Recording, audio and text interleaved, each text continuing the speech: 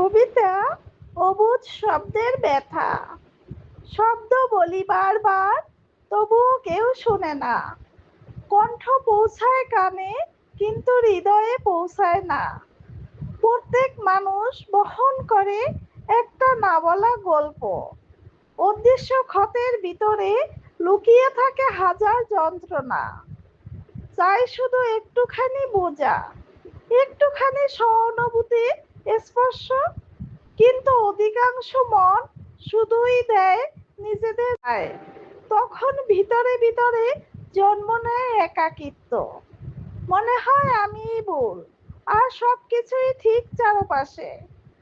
বোঝাতে না পারার কষ্ট সবচেয়ে নীরব কান্না, যেখানে চোখ ভিজে না, তবুও বুক চূর্ণ হয়ে যায়। যে বোঝে তার কাছে যথেষ্ট একটি দৃষ্টি, একটি নীরবতা। আর যে বোঝে না, তার কাছে হাজারো শব্দ বৃথা। শেষে একটাই প্রশ্ন জাগে, হয়তো সত্যিই ভুলটা আমার। মনির সিরিজ, মনির ছোঁয়া, সৈয়দা মনির।